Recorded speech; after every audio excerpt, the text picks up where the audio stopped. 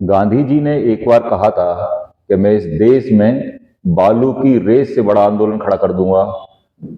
साथियों, मध्य प्रदेश पीएससी की परीक्षाओं को देखते हुए इस समय छात्र सड़कों पर आंदोलन कर रहे हैं और 2 दिन हो गए छात्रों की बात को सरकार ने नहीं सुना और छात्र सड़कों पर सो रहे हैं। आप इस बात को समझिए कि पीएससी का जो छात्र होता है वह दिन रात पढ़ता है और कड़कड़ाटे की सर्दी के तहत या इतनी ठंड में वह रोड पर बैठा हुआ है, तो सोचने वाला बिंदु है। एक पढ़ने आया हुआ छात्र अलग अलग स्थानों से और वह अपने रूम को छोड़कर इस समय सड़कों पर बैठा हुआ है।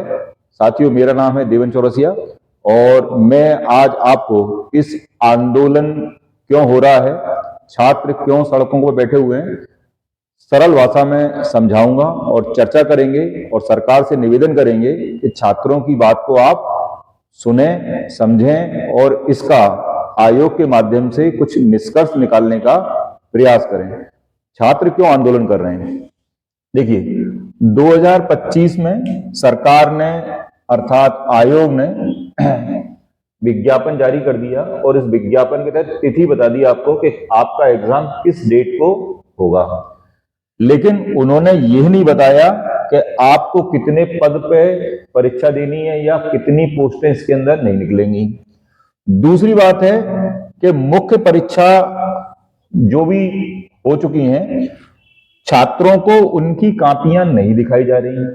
छात्र इसके लिए भी आंदोलन कर रहे हैं, जबकि आपको पता है कि सूचना के अधिकार के तहत कॉपियां दिखाई जाती थी और कॉपी दिखाई जाना चाहिए, क्योंकि अगर किसी छात्र ने कुछ लिखा है और लिखते समय उस पर कोई गलती हुई है, उसको ऐसा लगता है कि उसका सिलेक्शन नहीं हुआ, तो दिखाया जाना चाहिए, कॉपी बताया जाना चाहिए। क्योंकि मामला कोर्ट में, इसलिए आयोग नहीं दिखा रहा, लेकिन दिखाया जाना चाहिए। आयोग को अपनी तरफ से कुछ और प्रयास करना चाहिए कि किसी छात्र को यह पता लगे कि उसकी क्या कमियां हो रही हैं।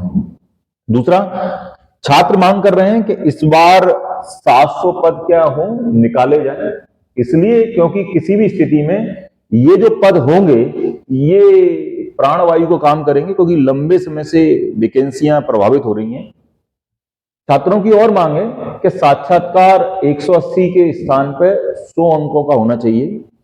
ये देखिए, ये विवाद का विषय बहुत पुराने समय से है, क्योंकि इसमें ये माना जाता है कि एक रूम के अंदर 5 से 6 लोग इंटरव्यू ले रहे हैं, क्या पूछा, क्या बताया, किस आधार पे उन्होंने अंक दिए, क्या इसका पैमाना है, ये आज तक किसी को भी नहीं मालूम।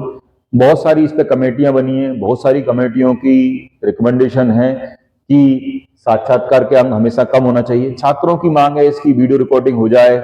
आज के तकनीकी युग में अगर ये भी कर लें तो कोई दिक्कत नहीं। कोचिंग संस्थान भी जब कोई छात्र इंटरव्यू देने आता है उसको रिकॉर्ड करते हैं और सिलेक्शन होने के बाद उसको पब्लिश करते हैं, जिससे आने वाले छात्रों को भी समझ हो सके कि किस प्रकार से साक्षात्कार दिया जाता है।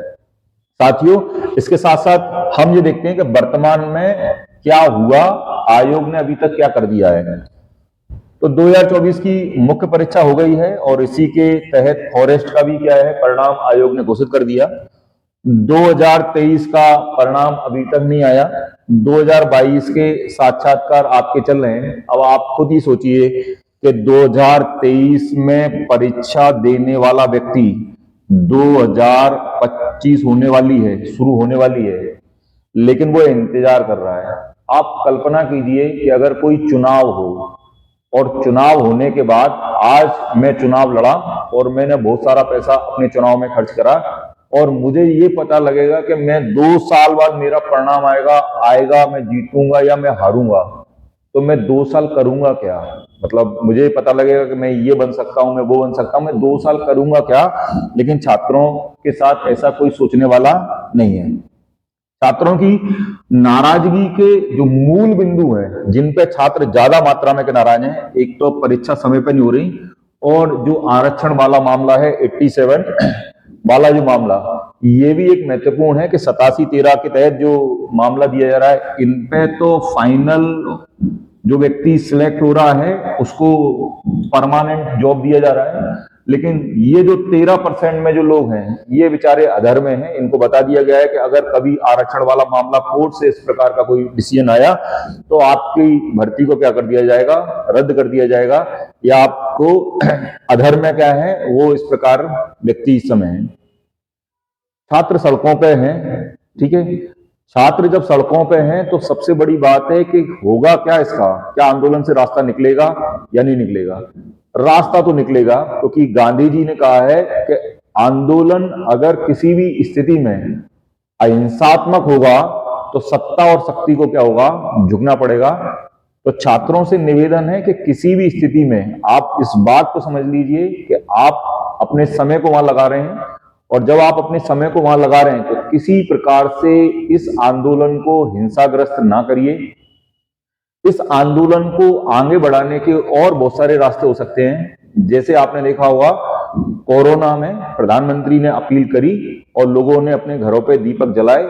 तो साथियों, हर पीएससी का छात्र इंदौर आके पीएससी दफ्तर के बाहर धरना नहीं दे सकता, प्रदर्शन नहीं दे सकता, लेकिन प्रतीकात्मक रूप से वह अपने घर के बाहर एक दीपक तो जला ही सकता है। और अगर वो दीपक जला रहा है, ठीक है, और उसका फोटो जो भी यूनियन के माध्यम से जिस भी टेलीग्राम ग्रुप या उसमें है, उसमें प्रतीक रूप से अपना फोटो भेज सकता है, अपनी प्रतिक्रिया दे सकता है। लेकिन मेरा आपसे निवेदन है कि आंदोलन किसी भी स्थिति में हिंसात्मक नहीं होना चाहिए। आंदोलन करते समय आप ये ध्यान रखिए कि गांधीवादी तरीके से ही आप इस आंदोलन को रखिए।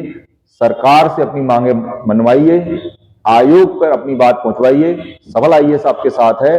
अगर इस बीच में अगर कोई छात्र की पढ़ाई दिक्कत होती है, या उसको ऐसा लगता है कि हम किसी कोचिंग में जाते थे, कोई क्लास करते थे, हमारा टॉपिक छूट गया है, अगर आपको ऐसा लगता है कुछ भी दिक्कत है, परेशानी है, तो सबल आईएएस आपके लिए है। आप हमसे संपर्क कर सकते हैं और हमारा कस्टमर केयर नंबर है 8959660666। धन्यवाद।